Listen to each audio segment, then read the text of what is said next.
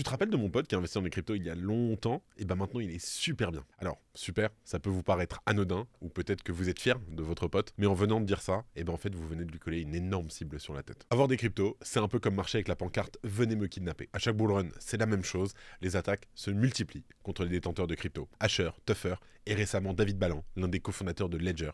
Personne n'est à l'abri. Mais attention, on ne parle pas que des influenceurs, ça pourrait arriver à n'importe qui, et même à vous. Parce que ces histoires, en fait, elles sont bien réelles, et parfois, elles sont orchestrées par des équipes entières qui sont spécialisées dans ce genre d'opération. Et pour finir, je vous donnerai quelques bonnes pratiques pour éviter de devenir les prochaines cibles.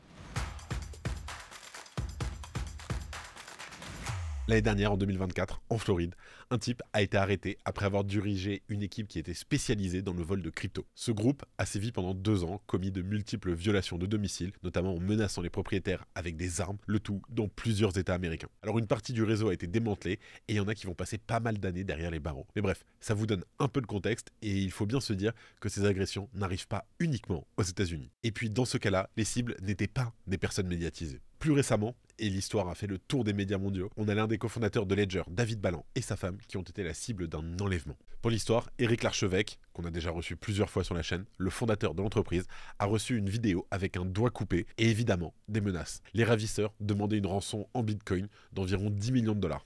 Rien que ça. Alors, bien entendu, il y a eu une enquête, et c'est pour ça d'ailleurs qu'on n'en a pas parlé avec le Crypto Daily, parce qu'en fait, on voulait s'assurer que l'enquête soit terminée, que le GIGN puisse récupérer David et sa femme avant de pouvoir communiquer des détails de l'enquête là-dessus. En tout cas, David a été retrouvé en premier, et sa femme, par la suite, elle était ligotée dans le coffre d'une voiture. La totalité de l'enquête a duré à peu près 72 heures. Alors, je vous dis pas le trauma, mais au moins, ils ont été secourus. Une partie de la rançon a été versée aux ravisseurs, mais c'est des cryptos, notamment des USDT, donc évidemment, les fonds ont été directement flag et gelés. Quand on vous dit que ça ne sert à rien d'essayer de voler des cryptos, c'est pas pour rien. Ensuite, il est arrivé une aventure similaire à Asher. Il y a à peu près 3 ans, un type a débarqué à sa porte avec une arme de poing, probablement décidé à voler ses cryptos à l'un des plus gros influenceurs francophones. Il a pas mal parlé de sa mauvaise expérience et fort heureusement, a priori, il n'y a pas eu de conséquences graves autres que psychologiques. Et depuis, il a mis en place pas mal de sécurité et c'est bien normal. Alors environ 1 an après, c'est l'influenceur Tuffer qui a été victime d'un coup du même genre. Pour situer, en fait, c'est un gros influenceur qui a fait fortune sur les jeux d'argent et qui, pour le dire, dispose d'une grosse visibilité. Et dans cette histoire-là, en fait, c'est son père, un retraité d'une 60aine d'années, qui en a fait les frais. Les ravisseurs l'ont enlevé directement devant chez lui, déguisé en faux livreur Amazon. Très vite, Tuffer a reçu une vidéo de son père attaché, la bouche scotchée et avec une arme automatique braquée sur la tête. Vous imaginez le traumatisme, surtout dans ce cas précis où ça touche directement la famille. Et forcément, ils ont demandé une rançon et Tuffer a fini par verser cette rançon pour libérer son père. Comme d'habitude avec ces affaires, on n'a pas toutes les infos, mais certains parlent de plus d'1 million d'euros de rançon versée en crypto. Alors, ce n'est pas rien, et forcément, quand on perd une telle somme d'argent après une mésaventure pareille, qui en plus touche la famille, ça laisse des traces. Et puis, on a aussi en tête l'enlèvement de la femme de l'influenceur crypto belge Stéphane Winkel juste avant Noël par 4 hommes qui avaient prévu de la torturer et de demander une rançon en crypto. Heureusement pour Stéphane et sa femme, après une course-poursuite impliquant des SUV, des hélicos et une bonne poignée de policiers, elle a finalement pu être libérée après avoir fait près de 3 tonneaux lors d'un accident. Madame Winkel termine à l'hôpital avec quelques côtes cassées, mais elle s'en sort. Alors, à l'international, on a aussi des histoires sordides. Par exemple, celle de Fernando Pérez Algaba. Donc, c'était un influenceur crypto spécialisé dans le trading. Alors, je vous la fais courte. C'était pendant l'été 2023. Il a été retrouvé, en fait, en Argentine, totalement démembré dans une valise. C'est une affaire qui a pas mal secoué l'écosystème. Et ça a été d'ailleurs un véritable électrochoc pour certains. Parler de sa fortune, et en particulier de ses cryptos en public, c'est risqué.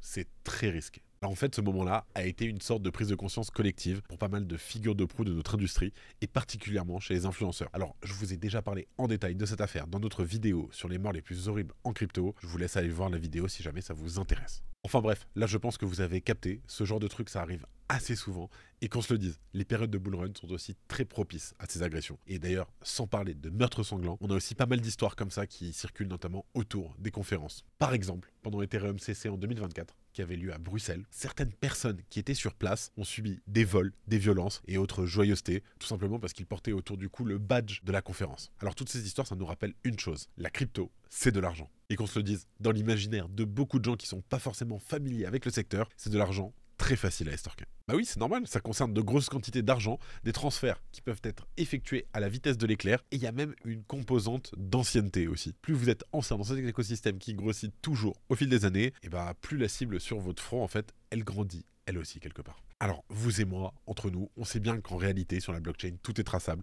et qu'une bonne grosse mallette de cash est infiniment plus facile à blanchir que des cryptos. Mais ça, c'est parce qu'on a le nez dans l'écosystème. Pour le commun des mortels, vos cryptos, en fait, elles sont sur une clé USB et il suffit de voler cette clé pour être riche. Alors vraiment, là-dessus, je suis sérieux. Pour pas mal de monde, c'est un peu comme si vous aviez de l'or sous votre matelas, ou en tout cas, à peu près aussi facile à le dérober, voire bien plus facile. Et là, c'est le moment où on commence à parler des bonnes pratiques. Parce qu'en vrai, je suis à peu près sûr que certaines prennent ça à la légère. Alors vous ne devriez pas, c'est un sujet ultra sérieux. Tellement sérieux en fait que même dans les conventions, il y a maintenant des conférences qui sont dédiées à ça. À l'image de cette présentation qui était sobrement intitulée « Comment ne pas valoir le coup d'être kidnappé » qui a eu lieu à la DEFCON de Bogota en Colombie l'année dernière. Ça ne s'invente pas. Le plus important, avant même de chercher à se défendre, c'est plutôt de faire en sorte de ne pas être attaqué. Déjà, restez humble avec votre argent. Soyez discret sur vos gains, sur les montants. Ne fanfaronnez pas la taille de votre portefeuille. Je sais que c'est tentant, particulièrement en période de bull run et particulièrement avec vos proches. Mais vraiment, restez discret. C'est la clé. Vos amis sont probablement de très bons amis. Votre nom pourrait tout simplement sortir au détour d'une conversation qu'ils ont à propos du Bitcoin, qui vient par exemple de dépasser les 100 000 $. Ouais, moi j'ai mon pote Benjamin, il a investi en crypto il y a super longtemps, et maintenant je peux te dire qu'il est très bien. Alors oui, dit comme ça, c'est innocent, mais ça pourrait vraiment vous jouer des tours, car vous ne savez pas forcément à qui parlent vos proches. Ça peut aussi être des gens mal intentionnés, et puis même au-delà de ça, on ne compte plus les affaires où c'est les proches eux-mêmes qui ont essayé de dérober les cryptos. C'est pas illogique, les amis sont souvent les premiers à savoir qu'on a plein d'argent. Bon, alors évidemment, je ne vais pas vous dire de vous méfier de votre famille ni même de vos amis, mais juste qu'il faut bien comprendre que ce genre d'informations, en fait, ça doit rester confidentiel le plus possible. Puis là, depuis tout à l'heure, je ne vous parle uniquement des possibilités d'attaques physiques, j'évoque même pas les cyberattaques, parce que des moyens d'accéder à vos coins, sachez qu'il y en a une tonne, et surtout sur Internet. Ça arrive pas qu'aux autres, et pas mal de personnes très habituées aux cryptos se sont déjà fait siphonner leur wallet. Pareil, là, il y a de bonnes pratiques à avoir, des choses à faire, des choses à ne pas faire, mais bon, ce n'est pas le sujet de cette vidéo. Par contre, si ça vous intéresse, n'hésitez pas à nous le faire savoir dans les commentaires, on pourra se faire ça prochainement. En tout cas, pour en revenir à nos moutons, faites aussi gaffe aux informations que vous allez laisser traîner sur Internet. Ça peut être les réseaux sociaux ou ailleurs, peu importe. Et que ce soit des informations personnelles ou bien des petites infos qui vous font penser que vous avez beaucoup de crypto, par exemple. Vraiment, je vous le répète, soyez prudents et dites-vous bien que cette partie de prévention, c'est ce qui sera le plus efficace pour éviter des conséquences potentiellement désastreuses. Le mot d'ordre, c'est la discrétion. Surveiller ce qu'on dit et à qui on le dit, c'est très bien. Mais qu'est-ce qu'on peut faire de plus concret ? Alors heureusement, il existe pas mal d'outils pour se protéger. Alors d'abord, on a le classique, c'est ce qu'on va appeler les wallets multi-signatures, les multisig. Ou dans ce cas, évidemment, ça vous concerne que si vous holdez vos cryptos en dehors des plateformes centralisées. Alors un wallet multi-signature, c'est un peu comme un coffre avec 2 serrures ou plus, 2 clés ou plus, détenues par 2 personnes ou plus, qui ne peut être ouvert que si tout le monde fournit sa clé. Alors déjà, ça garantit que le wallet ne puisse pas être ouvert comme ça, d'un claquement de doigts, mais surtout, ça permet de délocaliser vos cryptos géographiquement. Je dis n'importe quoi, mais vous pourriez laisser une clé chez vous, une autre chez vos parents, ou bien dans une maison de campagne, ou bien, peu importe, dans un coffre à la banque, n'importe où. Évidemment, il faut que ça concerne la partie de vos cryptos que vous ne comptez pas toucher dans un laps de temps très court. En gros, votre investissement. De toute façon, en matière de sécurité, la disponibilité des fonds se fait toujours au détriment de leur sécurité et inversement. Mais au moins là, si vous vous faites braquer, vous n'avez juste pas la possibilité de donner quoi que ce soit à qui que ce soit, et au moins, c'est clair. Pareil, vous pouvez aussi prendre des hardware wallets, il y en a qui ont des fonctionnalités plutôt intéressantes d'ailleurs là-dessus. Par exemple, certains hardware wallets vont vous permettre de simuler de faux portefeuilles avec quelques bitcoins dedans, et en cas de menace, vous pouvez toujours brandir le faux wallet avec évidemment pas du tout l'intégralité de vos fonds dessus, et dire que vous n'avez que ça. Je sais par exemple que Coldcard fait ça, c'est un portefeuille bitcoin un peu difficile à prendre en main, mais qui, il faut l'avouer, a des fonctionnalités vraiment intéressantes. Il y a aussi une fonction d'autodestruction qui va vous permettre d'entrer un code PIN particulier, et si vous entrez ce PIN, le dispositif va se détruire lui-même, rendant le tout complètement inutilisable. Enfin bref, il y a pas mal de fonctionnalités vraiment sympas pour les mordus de sécurité, et d'ailleurs, ils ont même fait un guide pour les parano. À côté de ça, il existe aussi les time locks. Il y en a sur Bitcoin, sur Ethereum, mais aussi probablement sur d'autres blockchains. L'idée en fait, c'est de mettre des conditions de dépense et dans notre cas, des conditions de temporalité. Vous pouvez tout simplement installer votre wallet pour que chaque transaction mette un certain temps à passer et être validée par les mineurs. Ça peut être plusieurs heures, voire même plusieurs jours, ou plusieurs semaines, tout simplement. Donc, si une personne mal intentionnée arrivait à se faire une transaction à elle-même pour vous voler vos fonds, en fait, dans la pratique, il serait inaccessible dans l'immédiat à cause du time lock, justement. Et forcément, dans ce genre de cas, le temps est crucial. Pas sûr que l'on puisse vous retenir captif pendant plusieurs semaines en attendant que la transaction passe.